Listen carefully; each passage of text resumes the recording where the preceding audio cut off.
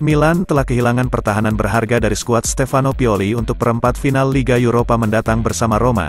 Sebelumnya hari ini, Milan mengeluarkan buletin medis mengenai kondisi Pierre Kalulu, yang kemarin cedera saat pertandingan melawan Hellas Verona. Sang bek bisa saja melewatkan dua laga derby Italia di Liga Eropa melawan Roma. Kalulu mengalami cedera lutut dan akan absen sekitar 1,5 bulan.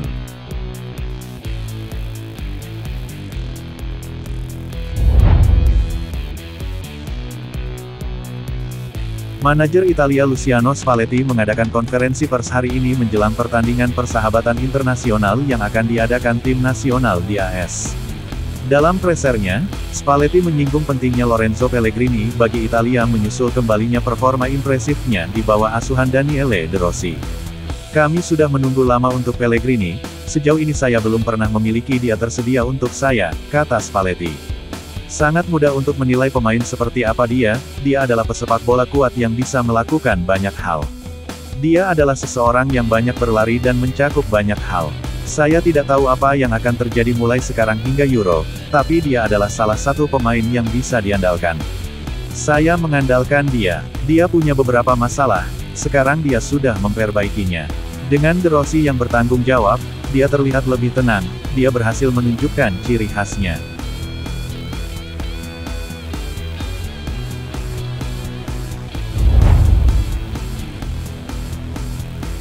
Evan Dika tidak akan bergabung dengan tim nasionalnya untuk pertandingan internasional mendatang.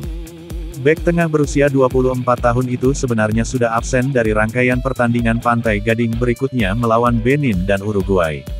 Seperti yang diumumkan timnas Pantai Gading, Dika dikeluarkan dari daftar skuad mereka karena sedang mengalami cedera. Oleh karena itu, sang pemain akan tetap berada di Trigoria selama jeda internasional, untuk memulihkan diri di sisa musim ini.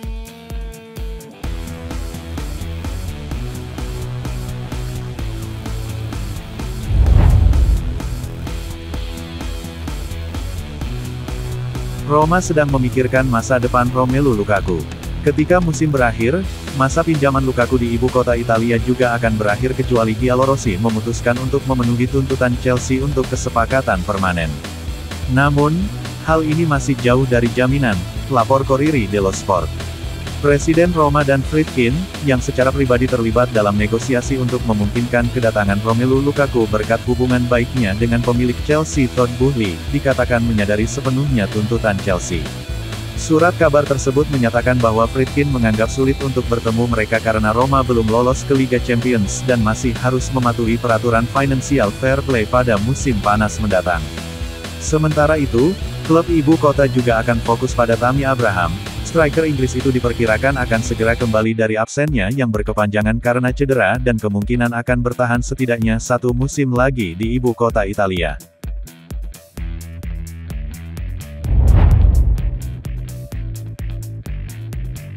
Roma senang dengan kinerja Daniele De Rossi sejauh ini dan bersedia mempertimbangkan masa depan jangka panjangnya di klub. Menyusul penunjukannya yang mengejutkan pada bulan Januari, De Rossi mampu mengangkat Giallorossi dan membawa mereka meraih serangkaian hasil positif baik di Serie A maupun Liga Eropa. Menurut Corriere dello Sport, kehadiran Presiden Roma Dan Friedkin mungkin mengisyaratkan fakta bahwa pemilik klub akan segera mendiskusikan rencana mereka dengan pelatih muda tersebut. Surat kabar tersebut menyebutkan pertemuan antara semua pihak untuk membahas kemungkinan pembaruan kontrak De Rossi bisa dilakukan pada akhir musim. Untuk saat ini, belum ada keputusan pasti yang diambil dan Friedkin memilih untuk tidak ikut campur karena kampanye Giallorossi memasuki tahap paling krusial.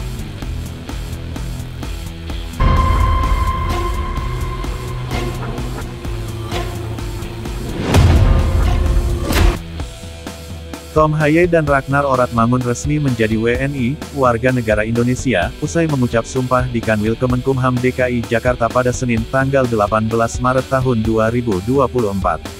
Dua pemain keturunan resmi menjadi WNI pada Senin, tanggal 18 Maret tahun 2024 yakni Tom Haye dan Ragnar Oratmangun. Keduanya sudah selesai menjalani sumpah WNI di Kanwil Kemenkumham DKI Jakarta pada sekitar pukul 22 waktu Indonesia Barat. Prosesi sumpah WNI disiarkan langsung di akun YouTube Humas Kanwil Kemenkumham DKI Jakarta. Bolasport.com juga sebelumnya mendapat konfirmasi dari Kepala Kanwil Kemenkumham DKI Jakarta, Ibnu Culdun soal sumpah WNI yang dijalani Tom dan Oratmangun.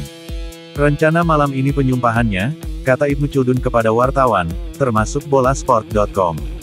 Di Kanwil DKI sekitar jam 22, tambahnya. Tom Haye dan Ragnar Oratmangun masuk dalam daftar panggil Shin Tae-yong untuk timnas Indonesia saat melawan Vietnam, 21 dan tanggal 26 Maret tahun 2024. Diprediksi keduanya baru bisa memperkuat timnas Indonesia saat Garuda bertandang ke Vietnam, tanggal 26 Maret tahun 2024 mendatang.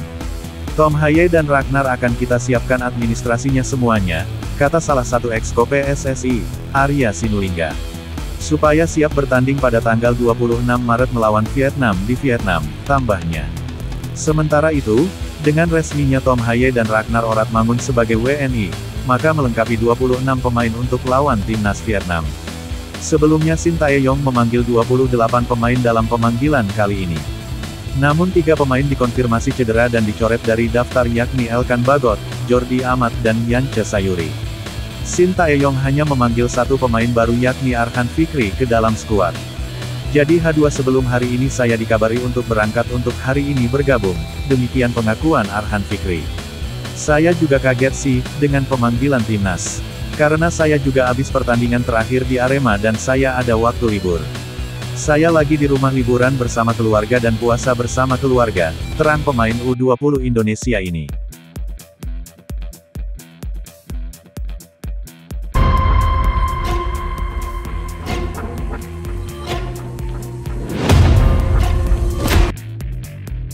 Sebelum berlangsungnya pertandingan antara Timnas Indonesia vs Timnas Vietnam, pihak federasi dari kedua tim telah mengumumkan daftar harga tiket. Ada 4 kategori tiket untuk pertandingan di SUBK nanti. Tiket paling murah yakni di tribun atas dibanderol dengan harga Rp100.000. Sedangkan tiket termahal yang dijual di Stadion GBK yakni mencapai Rp750.000. Khusus pelanggan tertentu, PSSI memberikan diskon sebesar 20% untuk masing-masing kategori tiket.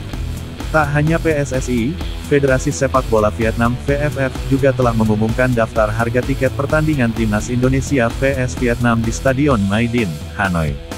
Menariknya, harga yang dijual VFF untuk laga tersebut sangat berbeda jauh daripada harga tiket di Stadion GBK, khususnya untuk kategori tertinggi. VFF juga membagi tiket pertandingan menjadi 4 kategori. Harga tiket paling murah dijual seharga Rp200.000 dong Rp126.000, sedangkan yang termahal Rp600.000 dong Rp378.000. Bagi Anda para pendukung Timnas Indonesia yang ingin menyaksikan pertandingan secara langsung, pembelian tiket pertandingan sudah dibuka. Transaksi pembelian tiket yang resmi bisa dilakukan melalui kitagaruda.id dan it.bookmyshow.com. Sebagai catatan, tiket pertandingan Timnas Indonesia vs Vietnam dibagi dalam 4 kategori. Mulai dari Upper Grandstand, Garuda North and South Stand, Garuda West and East Stand, lalu Premium West dan East. Harga tiket Timnas Indonesia vs Timnas Vietnam di Stadion Utama Gelora Bung Karno, Kamis tanggal 21 Maret tahun 2024. Premium West East, Rp750.000. Garuda West East Stand, Rp400.000. Garuda North South Stand, Rp200.000. Upper Garuda Stand, Rp100.000. Harga tiket Timnas Vietnam vs Timnas Indonesia di My Dinh Stadium, Selasa tanggal 26 Maret tahun 2024. Kategori 1, Rp200.000 dong, Rp126.000. Kategori 2, Rp300.000 dong, Rp189.000. Kategori 3, Rp450.000 dong, Rp283.000. Kategori 4, Rp600.000 dong, Rp378.000.